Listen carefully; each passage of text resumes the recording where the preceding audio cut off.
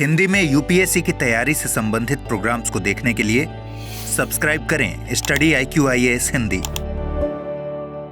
नमस्कार, study IQ IAS Hindi में आप सभी लोगों का बहुत बहुत स्वागत है। मेरा नाम है विरुद्ध दुबे और जैसा कि आप सब जानते हैं कि ये फरवरी का समय चल रहा है और फरवरी जो है वो बहुत तरीके से अगर देखा जाए तो जो वित्तीय जो चीज़ें हैं भारत के लिए उसका डिस्कशन इसमें बहुत ज़्यादा होता है। मतलब बजट से शुरुआत होती है, इनफैक्ट जनवरी का जो लास्ट डे होता है वहीं से शुरुआत हो जाती है। आर्थिक सर्वेक्षण जारी होता है, बजट आता है और इस समय बजट सत्र चल रहा है लगातार। तो इसी बीच एक खबर है जिसमें जो कि रिलेटेड है RBI की मॉनेटरी पॉलिसी से। ठीक है, जो RBI है, RBI उसकी जो मौद्रिक नीति है, मौद्रिक नीति, इस मौद्रिक नीति के ऊपर हम चर्चा करेंगे। थोड़ी सी चर्चा हमारी जरूर रहेगी मौद्रिक नीति के ऊपर, लेकिन उससे पहले कुछ जो खबर है उसके ऊपर डिस्कशन कर लेते हैं। RBI की मौद्रिक नीति है, लेकिन आप देख सकते हैं कि रेपो रेट जो है वो 5 साल बाद, आफ्टर 5 ईयर्स, 5 साल बाद रेपो रेट पर RBI ने फैसला लिया है। तो फैसला क्या लिया है? इसे रिड्यूस करने का। इसका जो बेस रेट है, इसका जो आधार अंक है, उस आधार अंक को कम करने का यहां पर फैसला लिया गया है। और कितना फैसला लिया गया है, कितना कम किया गया है, उन सब के ऊपर हमारा डिस्कशन रहेगा। तो हमें तो पहले यह समझना है कि ये जो रेपो रेट है क्या है, और रेपो रेट के साथ साथ हमें यह समझना पड़ेगा कि बेस रेट जो है वो क्या है। अभी मैं आपको बताऊं तो इन्होंने बेस रेट जो है वो कम कर दिया है। तो प्रेजेंट टाइम में रेपो रेट 6.25% आपको मिलेगा। पहले कितना था? 6.50। तो आप देखेंगे कि 0.25 यहां पर रिड्यूस हो रहा है। तो ये क्या चीज है, कैसे है और इसके इंपैक्ट क्या होंगे, इन सब चीजों के ऊपर आइए एक बार डिस्कशन करते हैं, एक बार चर्चा करते हैं। तो इसमें सबसे पहले जो चीज हमें समझनी है वो है रेपो रेट। जो हमें समझना है वो क्या है बेटे? Repo rate. ठीक है, रेपो रेट। अब रेपो रेट क्या है इसको आइए एक बार समझ लेते हैं। रेपो रेट को हम लोग बोलते हैं रीपरचेजिंग रेट या फिर रीपरचेजिंग एग्रीमेंट के तौर पर इसको जाना जाता है।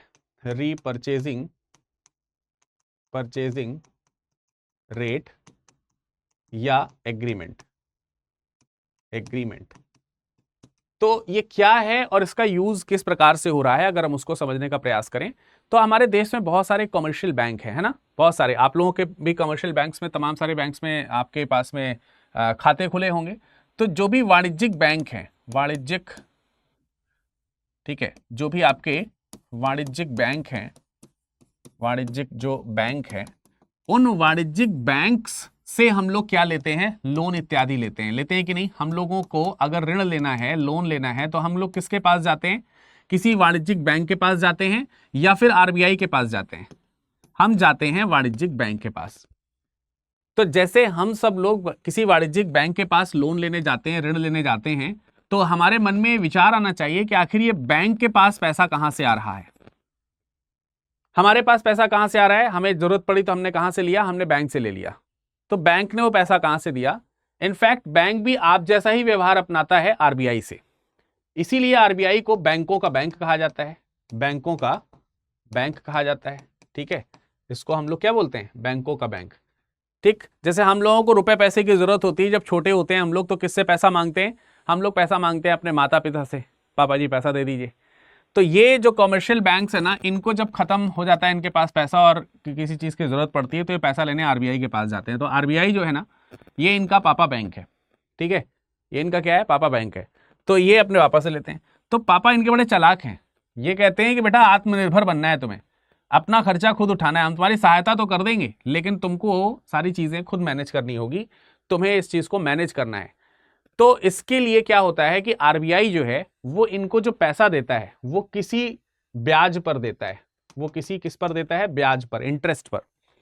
ठीक है, तो कॉमर्शियल बैंक RBI से, यानी कि सेंट्रल बैंक से, जिस रेट पर, जिस दर पर ओवरनाइट कर्ज लेते हैं, ठीक है, ओवरनाइट कर्ज लेते हैं, यही कर्ज जो है, यही कर्ज जो है, ये क्या कहलाता है? रेपो रेट कहलाता है। साधारण भाषा में वाणिज्यिक बैंक RBI से जिस दर पर पैसा लेते हैं वही दर क्या कहलाती है? रेपो रेट कहलाती है। अब आप कहेंगे कि सर इसका हम लोगों से क्या लेना देना, इसका आम जीवन, जनजीवन से क्या लेना देना? देखो मैंने आपको बताया कि लोन लेना है किसी व्यक्ति को, यानी आपको हमको लोन लेना है, तो हम आरबीआई से लोन लेने जा नहीं सकते, हम जाते हैं वाणिज्यिक बैंक से लेने। वाणिज्यिक बैंक इनसे पैसा लाता है, तो जिस रेट ऑफ इंटरेस्ट पे इनको पैसा मिलेगा उसी के रेशियो में हमें वो यहां पर लोन देंगे। सपोज दैट कोई भी XYZ रेट ऑफ इंटरेस्ट था, अब प्रेजेंट टाइम में अगर आरबीआई ने ये रेट जो है वो इंक्रीज कर दिया, बढ़ा दिया, तो इनको महंगा पैसा मिला होगा, और इनको महंगा पैसा मिलेगा तो वो जब हमको लोन देंगे तो वो भी कैसा होगा, महंगा होगा। ठीक है, तो खबर आपको समझ में आ गई होगी कि अगर रिड्यूस किया गया बेस रेट, अगर बेस रेट रिड्यूस कर दिया गया तो जो बैंक दर है, जो यहां पर रेपो रेट है, वो रेपो रेट क्या हो गई है, गिर गई है। रेपो रेट गिर जाने का मतलब ये हुआ कि अब कम रेट पर कॉमर्शियल बैंक्स आरबीआई से पैसा ले सकेंगे, और इसका सीधा सा अर्थ ये होगा कि वो हमें ज्यादा, मतलब हम उनके पास में ज्यादा पैसा होगा हम सब लोगों को लोन देने के लिए, तो हम उनको इजीली अप्रोच कर सकते हैं लोन्स के लिए। और इसका एक सीधा सा ये भी अर्थ निकलेगा कि आगामी समय में लोन की जो दर होगी वो सस्ती पड़ेगी, यानी कि सस्ते लोन के एडवर्टीजमेंट्स जो हैं वो अब आपको दिखने वाले हैं। तो आरबीआई ने अभी हाल ही में क्या किया है, आरबीआई ने जो फैसला लिया उसमें 25 बेसिक पॉइंट्स, ठीक है, बेसिस पॉइंट्स रिड्यूस कितना हुआ है, दर जो है उसमें गिरावट आई है। तो गिरावट किस हिसाब से देखी गई है कि 25 बेसिस पॉइंट्स जो हैं, बेसिस पॉइंट्स, ये जो है 25 बेसिस पॉइंट जो है इसकी रिड्यूस हो गई है। तो अभी जो 6.50 जो रेट हुआ करता था, ये रिड्यूस होकर के 6.25 हो गया है। ठीक है, तो अब हमें यह समझना है कि ये बेसिस पॉइंट्स क्या होता है। ठीक है, ये बेसिस पॉइंट जो है ये क्या है, इसको हम लोगों को थोड़ा सा समझना है। लेकिन उससे पहले एक छोटी सी सूचना मैं आप लोगों को दे देना चाहता हूं। आप सब लोगों को मैं बता दूं कि आज जो है, आज 7 तारीख है, लेकिन 10 फरवरी को शाम को 6 बजे एक बैच शुरू हो रहा है जो कि प्रीलिम्स से लेकर के इंटरव्यू तक की तैयारी कराएगा। संपूर्ण तैयारी इसमें होगी। क्या होगी? संपूर्ण तैयारी। तो ये बैच संपूर्ण बैच है, लेकिन संपूर्ण बैच की इस P2I की जो फीस है वो विरद लाइव कोड लगाने पर, और केवल यही कोड लगाने पर। ठीक है, अगर आपको कोई कहे कि हमारा ये कोड लगा दो, हम ये सुविधा दे देंगे, वो सुविधा, हमसे संपर्क कीजिए तुरंत आप। ठीक है, आपके साथ में मैं हमेशा हूं। ठीक, आप तुरंत हमको संपर्क कीजिए। कहीं ऐसा ना हो कि आपके साथ में कुछ सुविधाएं कट पिट जाएं या कुछ ऐसी चीजें हो जाएं। आश्वासन तो सभी जगह से मिलते हैं। तो आपको सिर्फ और सिर्फ एक ही कोड पर भरोसा करना है, और वो है विरद लाइव कोड। किसी भी तरीके से अगर आपको कहीं से कुछ बरगलाहट मिल रही है तो आप मुझे तुरंत, विरद लाइव नाम से ही मेरा टेलीग्राम है, इंस्टाग्राम है, इस पे तुरंत आप मुझे बताएं और आप मुझ पे भरोसा करें। तो विरद लाइव कोड का इस्तेमाल करके जब आप इसको परचेज करते हैं तो फुली फ्लेजेड में ये आपको 29,999 में मिल जाता है। लेकिन आप चाहते हैं कि मेरे पास इतना अमाउंट नहीं है सर, लेकिन यूपीएससी की तैयारी करनी है, तो हमारे पास में 3 कैटेगरीज हैं। ये जो प्राइस आपको दिख रहा है, ये प्राइस प्लेटिनम का है। प्लेटिनम, ये हमारा एक कोर्स का फीचर है जिसमें सारी चीजें मिलती हैं, वो प्लेटिनम है। आप वो नहीं लेना चाहते तो आप इसमें क्या करिए, आप इसमें गोल्ड पैक ले लीजिए। गोल्ड का भी पैक आता है, आप गोल्ड पैक ले लीजिए। वो 19,000 20,000 का के आसपास का मिल जाएगा। वो और भी कम चाहिए आप तो सिल्वर ले सकते हैं। तो सिल्वर वाले में आपको मात्र 10,000 रुपए में ये बैच मिल जाएगा। और किसी भी तरीके से अगर आपको एडमिशन लेना है तो आप इस कोड का ही इस्तेमाल करें और हमको बता दें कि सर मैंने एडमिशन लिया है, या मेरे पास फोन आया था, वो ये ऐसी ऐसी बात कर रहे हैं। कुछ भी चीज हो मुझे कम्युनिकेट कर देंगे तो आपको किसी भी तरीके से परेशानी नहीं होगी। ठीक है, आप बस 2 मिनट बोल दिए कि सर से 2 मिनट हमें बात करनी है, या फिर 2 मिनट बाद अभी आपको कॉल बैक करते हैं। आप मुझे बता देंगे क्या मैटर है, बात पूरी हमें जरूर बता दें। आप सेफ रहेंगे इससे, आप हमारे साथ हैं तो सेफ हैं, इसमें कोई दो राय नहीं है। तो इसमें जल्दी से इनरोल हो जाइए। चलिए अब हम वापस आते हैं और कुछ और चीजों को इसमें समझने का प्रयास करते हैं कि भाई ये जो रेपो रेट है, ये रेपो रेट की जरूरत क्यों है। ठीक है, ये पापा अपने बेटे को कम मतलब पैसे देते समय ब्याज क्यों लगाते हैं, उसका रीजन क्या है? उसका रीजन ये है कि हमारा जो मार्केट है, बाजार जो है, उसमें लिक्विडिटी जो है, तरलता जो है, उसको कंट्रोल करने के लिए ये रेपो रेट्स जो है वो जरूरी होते हैं। ठीक है। तो रेपो रेट जो है वो रिपर्चेजिंग एग्रीमेंट के तौर पर इस तरीके से काम कर रहे हैं कि हम बाजार में जो लिक्विडिटी है उसको नियंत्रित किया जा सके, जिससे कि मुद्रास्फीति नियंत्रित हो। अब आप रेपो रेट जो है उससे मुद्रास्फीति कैसे नियंत्रित करते हैं? ठीक है, रेपो रेट जो है उससे मुद्रास्फीति जो है वो कैसे नियंत्रित होती है, किस प्रकार से नियंत्रित होती है, इसको आइए एक उदाहरण से समझते हैं। जैसे मान लेते हैं कि अगर मुद्रास्फीति दर ज्यादा है किसी अर्थव्यवस्था में, जैसे देश में जो है अगर मुद्रास्फीति की दर ज्यादा है तो रिजर्व बैंक क्या करेगा? अगर मुद्रास्फीति की दर ज्यादा है तो वो रिजर्व बैंक क्या करेगा कि रेपो रेट को बढ़ा देगा, इंक्रीज कर देगा। ठीक है, साधारण भाषा में बता रहा हूं, बहुत ज्यादा इकोनॉमिक भाषा में नहीं जा रहा हूं, जिससे कि आप हर एक आम व्यक्ति को ये चीज समझ में आ सके। तो ये रेपो रेट बढ़ा देंगे। मुद्रास्फीति यानी कि साधारण भाषा में महंगाई। ठीक है, साधारण भाषा में महंगाई। अगर महंगाई ज्यादा है तो आपको ज्यादा खर्चा करना चाहिए या कम खर्चा करना चाहिए? जवाब दीजिए। आपका जवाब आएगा कि भाई ज्यादा महंगाई है तो हमें कम खर्चा करना चाहिए। तो कम खर्चा करने के लिए आरबीआई आपको प्रेरित करेगा इनडायरेक्टली। कैसे प्रेरित करेगा? रेपो रेट बढ़ा करके। कैसे बढ़ाएगा? आरबीआई क्या करेंगे, आरबीआई महोदय क्या करेंगे? रेपो रेट बढ़ा करके इंक्रीज करके वो जो कॉमर्शियल बैंक्स हैं उन कॉमर्शियल बैंक्स को महंगा लोन देंगे। तो कॉमर्शियल बैंक्स आपको जो लोन देंगे वो लोन भी कैसा होगा? महंगा होगा। इसका मतलब यह होगा कि आप जो है वो कम डिमांड करेंगे लोन की, क्योंकि आपके जो लोन है, जो आपका लोन है उस लोन पर ब्याज ज्यादा होगा। ब्याज ज्यादा होगा तो आपकी जेब पे भार ज्यादा पड़ेगा, आप पैसा कम निकालना चाहोगे, आप लोन लेना ही नहीं चाहोगे। यानी आप मार्केट के फ्लो को क्या कर दोगे? कंट्रोल कर लोगे, आपकी जेब से पैसा निकलना बंद हो जाएगा। इस तरीके से पैसे की बचत होगी। कम कर्जा लेंगे तो ब्याज दर का फायदा उठाना से जो है आपकी बचत होगी। आप बैंकों में पैसा ज्यादा रखेंगे तो बैंक ब्याज ज्यादा आपको देगा, आपकी बचत ज्यादा होगी। तो इससे क्या होगा कि अर्थव्यवस्था में एक सप्लाई जो है वो पैसे की जो सप्लाई है वो क्या हो जाएगी? कम हो जाएगी। फ्लो जो है वो लिक्विडिटी जो है वो थोड़ी सी कंट्रोल कर ली जाएगी। लोगों के हाथ में पैसा होगा ही नहीं तो खर्चा क्या करेंगे? चीजों और सेवाओं की डिमांड ज्यादा कहां होगी? और जब चीजों और सेवाओं की डिमांड ज्यादा नहीं होगी तो उनके प्राइस क्या हो जाएंगे? महंगाई वही तो है, महंगाई ज्यादा थी अभी तक, अब क्या हो जाएगा? अब ज्यादा कोई खरीद ही नहीं रहा है तो प्राइस लो हो जाएगा, तो मुद्रास्फीति क्या हो जाएगी? डाउन हो जाएगी।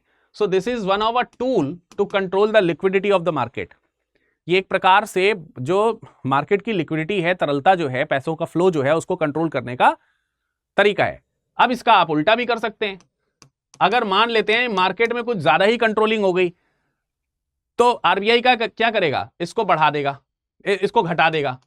जब घटा देगा तो पैसे का फ्लो बढ़ जाएगा, मार्केट में पैसा आने लगेगा, आप चीजों को खरीदने लगेंगे, कॉमर्शियल बैंक्स को ब्याज दरें कम मिलेंगी, आपके पास में पैसा ज्यादा होगा, ज्यादा होने से खपत बढ़ जाएगी, चीजों में निवेश बढ़ जाएगा, सेवाओं की मांगे जो हैं वो और ज्यादा बढ़ जाएंगी, उनकी कीमतें बढ़ जाएंगी। तो ये सारी चीजें रहेंगी।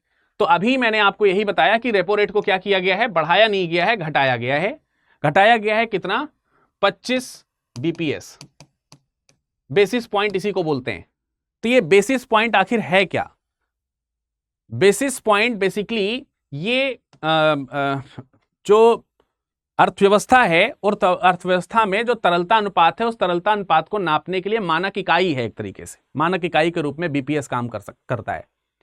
बीपीएस का मतलब होता है बेसिक पॉइंट्स, बेसिस पॉइंट्स।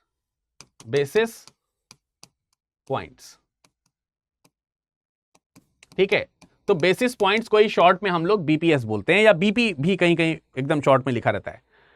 ठीक है, बात समझ में आ गया? अब ये बीपीएस या बीपी जो है वो कैलकुलेट कैसे होता है, इसको कैसे कैलकुलेट किया जाता है? इसी को हम लोग हिंदी में आधार बिंदु बोलते हैं। क्या बोलते हैं? आधार बिंदु। अब ये कैसे जो है वो कंट्रोल किया जाता है, किस प्रकार से कंट्रोल किया जाता है, उसको हमें समझना है। देखिए, एक बीपीएस की अगर हम बात करें, बेसिस पॉइंट जो है वो 100 मतलब 1/100वां भाग जो होता है, 1%, जिसको 1% का 1/100वां भाग जो है उसको हम लोग एक बेसिस पॉइंट बोलते हैं। यानी कि 1/100 का मतलब कितना हो गया? 1/100 का मतलब हो गया 0.01%, राइट? 0.01%। एक बेसिस पॉइंट जो है, एक आधार बिंदु जो है वो 0.01 प्रतिशत के बराबर होता है। यही है आधार, इसी को आधार वैल्यू बोला जाता है, यही आधार वैल्यू है। अब इसको कैलकुलेट किस तरीके से किया जाता है, गणना इसकी कैसे होती है ना। मतलब अगर आप देखें, अगर हम इसको लिखें कि 0.01% है, तो 0.01% को विदाउट परसेंट लिखना हो तो आप कैसे लिखेंगे? विदाउट परसेंट लिखना होगा तो नीचे इसको आप इस तरीके से भी लिख सकते हैं, क्या नाम है, परसेंटेज लगा है ना इसमें, तो आप इसको ऐसे लिख सकते हैं 0.0001, राइट, है ना, यानी कि सही लिखा है ना मैंने, हाँ, तो परसेंटेज में 2 जीरो इसमें और लग जाएंगे, तो 0.0001, यानी कि बेस आधार बिंदु जो है आप उसे 1/100 कह लें, या फिर कह लें कि 0.1% या फिर 0.001, ये है बेस पॉइंट।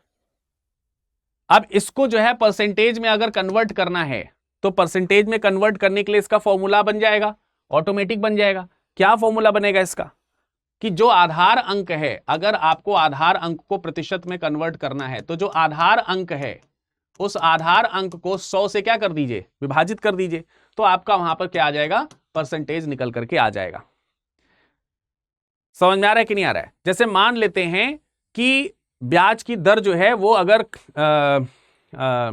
128 आधार अंकों की है, यदि ब्याज में दर जो है वो कितनी है, 128 आधार अंक है, 128 क्या है, आधार अंक है। सपोज दैट अगर 128 आधार अंकों की वृद्धि निर्धारित करी गई है किसी ब्याज में, 128 अंकों की वृद्धि हुई है, तो 128 अंकों की वृद्धि का मतलब कितने परसेंट की वृद्धि हो गई।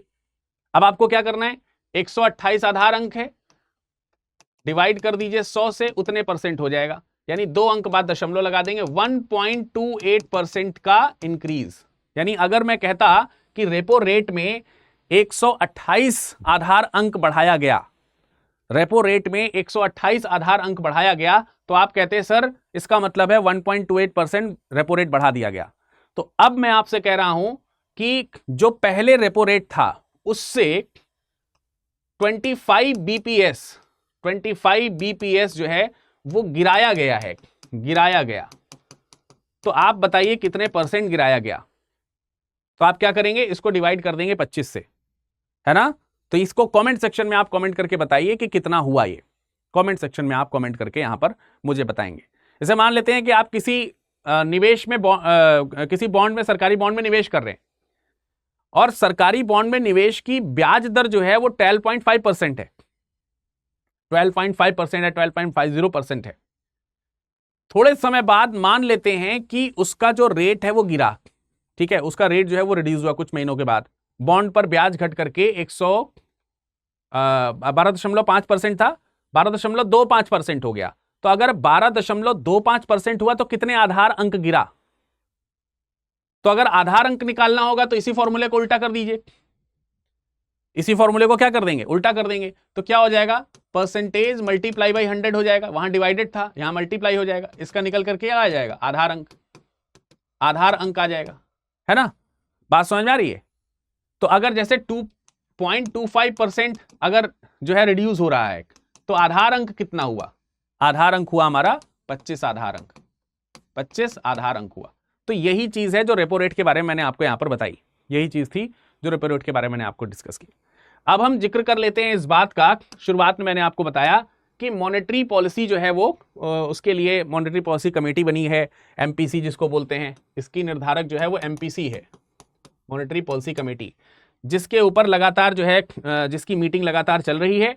और अभी उसी मीटिंग में ये तय किया गया कि भाई हमको ये थोड़ा सा रिड्यूस करना चाहिए। तो मौद्रिक नीति है क्या, बेसिकली मौद्रिक नीति क्या होती है। अगर मैं आपसे पूछूं कि भाई मौद्रिक नीति क्या है, मौद्रिक नीति मतलब मॉनेटरी पॉलिसी, मनी से रिलेटेड पॉलिसी, देश की जो अर्थव्यवस्था है वो इसी के ऊपर तो डिपेंड करेगी, इसके आधार पर संचालित की जाएगी। तो अर्थव्यवस्था में मुद्रा का फ्लो कितना घटाना है, कितना बढ़ाना है, इसके लिए जो पॉलिसी बनाई जा रही है, साधारण शब्दों में इसी को हम लोग एमपीसी बोल देते हैं, बिल्कुल साधारण शब्दों में। बाजार में किस प्रकार के ऋण की उपलब्धता रहेगी, किस प्रकार के ऋण की उपलब्धता नहीं रहेगी, ठीक है। तो जो इकोनॉमी है, ठीक है, इकोनॉमी को बूस्ट करने के लिए, इकोनॉमी को बूस्ट करने के लिए मौद्रिक नीति का पालन किया जाता है, मौद्रिक नीतियां बनाई जाती हैं।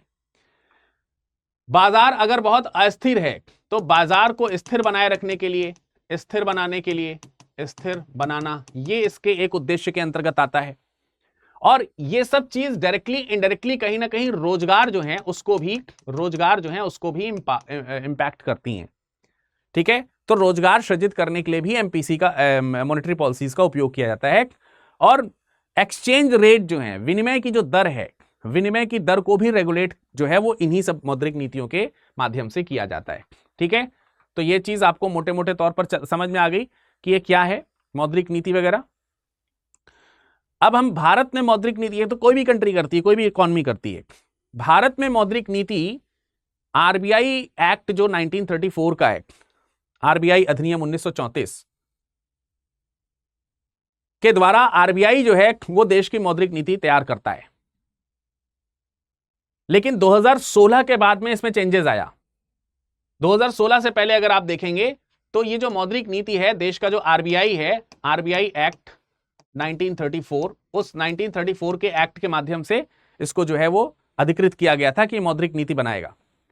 लेकिन 2016 से पहले यह काम सिर्फ आरबीआई करता था, और यह काम सिर्फ आरबीआई के गवर्नर के द्वारा किया जाता था, आरबीआई के गवर्नर के द्वारा। लेकिन अभी क्या है, वर्तमान स्थिति क्या है, 2016 के बाद वित्तीय अधिनियम 2016 जो है वो आया। क्या आया? वित्तीय अधिनियम 2016 आया। अब वित्तीय अधिनियम 2016 जो आया उसकी वजह से चेंजेस किए गए, और आरबीआई जो है, आरबीआई के जो गवर्नर हैं, तो अब इस 2016 ने क्या किया, एमपीसी यानी कि मॉनेटरी पॉलिसी कमेटी की स्थापना करी, और इसके लिए इस एक्ट में संशोधन किया गया। इस एक्ट में क्या किया गया? संशोधन किया गया, और एमपीसी जो है वो गठित करी गई, मॉनेटरी पॉलिसी कमेटी। तो वर्तमान में जो मौद्रिक नीति है वो इसी एमपीसी के द्वारा तय जो है वो की जाती है, इसी एमपीसी के द्वारा तय की जाती है। ठीक है, समझ में आया? इसी एमपीसी के द्वारा वर्तमान में मौद्रिक नीति जो है वो तय की जाती है। अब देखिए, ये जो एमपीसी है इसके लिए भी कुछ फैक्ट्स हैं, कुछ पॉइंट्स हैं जो आपको ध्यान रखने चाहिए। जैसे एमपीसी की स्थापना होनी चाहिए, इसका विचार सबसे पहले उर्जित पटेल की कमेटी के द्वारा रिकमेंड किया गया था। तो इसके लिए एमपीसी के रिकमेंडेशंस के लिए उर्जित पटेल कमेटी, ठीक है, ये एक नाम आप चाहे तो याद रख सकते हैं। प्रीलिम्स पॉइंट ऑफ व्यू से यहां से क्वेश्चन पूछा जा सकता है। ठीक है, और इसमें आरबीआई का जो अधिनियम है 1934, उसमें संशोधन करके 45ZB नाम की एक धारा ऐड की गई। तो 45ZB की धारा 6 जो है, धारा 45ZB के अंतर्गत, धारा 6 कह रहा हूं, सॉरी, 45ZB जो है, इसकी जो धारा है आरबीआई एक्ट 1934 की, उस संशोधन में 45ZB, इसके अंतर्गत कहा गया कि 6 सदस्य जो हैं इस समिति में होंगे। कितने सदस्य होंगे? 6 सदस्य होंगे। 6 सदस्यों की एमपीसी यहां पर बनाई गई है, एमपीसी। और समिति के बारे में यह कहा गया कि समिति की जो बैठकें हैं, वर्ष में एक समिति का जो वर्ष है, एक साल जो है, एक साल में कम से कम 4 बैठकें इसकी होनी चाहिए। कितनी बैठकें होनी चाहिए? 4 बैठक। तो सदस्यों की संख्या कितनी हो गई? 6। साल में 4 बार जो है इनकी बैठक होगी, और इसी बैठक के द्वारा जो एमपीसी है वो जो मौद्रिक नीति है उसको रेगुलेट करती है। 4 साल के लिए इसके सदस्य जो है वो कार्यकाल इनका रहता है, 4 साल के लिए पदभार जो है वो ग्रहण करते हैं, और उसके बाद इनको जो है रीअपॉइंट नहीं करने की जरूरत पड़ती है। एमपीसी जब बैठेगा तो कम से कम 4 सदस्य तो उसमें होने ही चाहिए। वैसे तो 6 सदस्य इसमें होते हैं, लेकिन 4 सदस्यों से कम अगर उपस्थित हैं तो फिर ये 4 सदस्यों का कोरम है उसका। ठीक है, और इस समिति का जो निर्णय होता है वो बहुमत के आधार पर होता है, बहुमत के आधार पर। लेकिन बहुमत अगर इक्वल हो जाए तो गवर्नर जो होता है, गवर्नर, उसका जो मत है वो सर्वमान्य हो जाता है, यानी कि ये निर्णायक वोट देता है। रही बात एमपीसी के अध्यक्ष की, तो एमसीपी का अध्यक्ष कौन होता है बेटा? एमसीपी का अध्यक्ष जो है वो गवर्नर ही होता है। गवर्नर मतलब आरबीआई का गवर्नर। ठीक है, आरबीआई का गवर्नर इसके अध्यक्ष होते हैं, और डिप्टी गवर्नर जो होते हैं वो इसके प्रभारी वगैरह के तौर पर जो है वो काम करते हैं। क्लियर है? तो इसमें अगर देखा जाए तो जो 6 सदस्य होते हैं, इन 6 सदस्यों में से 3 सदस्यों का बंटवारा अलग अलग तरीके से रहता है। 3 सदस्य जो है वो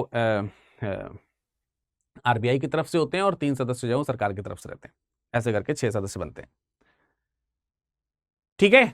अब यही जो मौद्रिक नीति है जो बनाई जाती है, इस मौद्रिक नीति में जो मैंने कहा कि अर्थव्यवस्था को नियंत्रित करने का प्रयास किया था, तो अर्थव्यवस्था को नियंत्रित करने के लिए मॉनेटरी पॉलिसी मेकर्स जो होते हैं उनके पास पॉलिसी को नियंत्रित करने के लिए कुछ विशेष टूल्स होते हैं, कुछ विशेष उपकरण होते हैं, और उन्हीं उपकरणों में जैसे कुछ क्वांटिटेटिव कंट्रोलिंग टूल्स हैं, कुछ क्वालिटेटिव कंट्रोलिंग टूल्स हैं, जिसमें से क्वांटिटेटिव कंट्रोलिंग टूल में रेपो रेट आता है।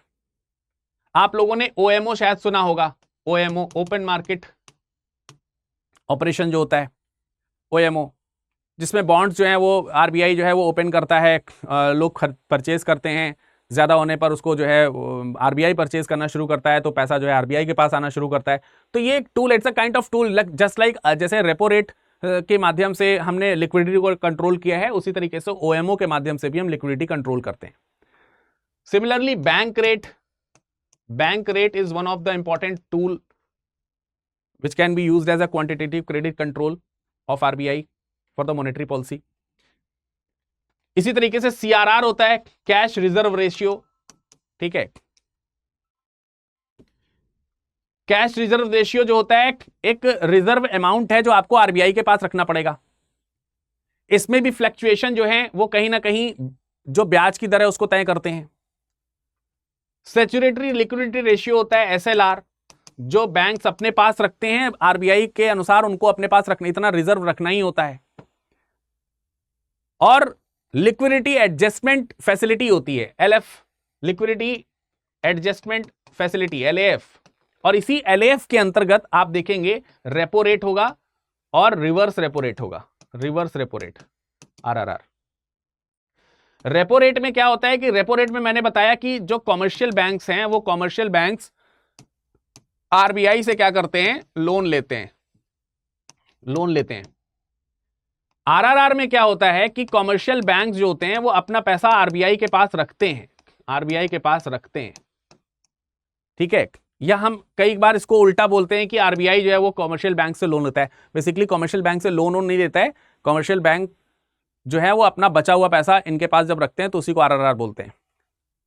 तो ये वो सब चीजें हैं जिसके घटाने बढ़ाने से लिक्विडिटी जो है वो कंट्रोल घटती बढ़ती है। That is all over called monetary policy. इन्हीं सब चीजों में किसको घटाना है, किसको बढ़ाना है, क्या रेगुलेट करना है, कैसी प्रतिभूतियां जो है ओपन करी जाएंगी, कितने बॉन्ड्स ओपन होने चाहिए, खरीदना है या नहीं खरीदना है, ये सब चीजें जो हैं वो रहती हैं, इसी को कंट्रोलिंग करने की बात रखते हैं वो। क्वालिटेटिव कंट्रोल भी चीजें होती हैं, जैसे रेशनल्स ऑफ क्रेडिट्स होते हैं, adjustments of margin and loans होते हैं, वो सब चीजें जो हैं अगर आप देखेंगे तो क्वालिटेटिव कंट्रोलिंग के अंतर्गत आता है। तो आई होप कि आपको सारी चीजें समझ में आ गई होंगी, ठीक है। तो चलिए इससे रिलेटेड एक क्वेश्चन मैं आप लोगों को दे दूंगा मेरे टेलीग्राम पे जुड़ने के लिए आप हमसे यहाँ पर विरर लाइव कोड, ये जो लिखा हुआ है ना मेरा, यही कोड है, इसी कोड के नाम से मेरा टेलीग्राम भी है। तो इसी टेलीग्राम से आप मुझसे जुड़ जाइएगा, ठीक है, टेलीग्राम या फिर इंस्टाग्राम पर।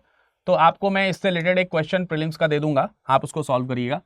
बहरहाल आप लोग संपूर्ण बैच में ज्वाइन कर सकते हैं, जल्दी से जल्दी ज्वाइन कीजिए। 10 फरवरी से बैच शुरू होने वाला है, 2026 की तैयारी कर रहे हैं, तो बेहद शानदार बैच है ये, ठीक है।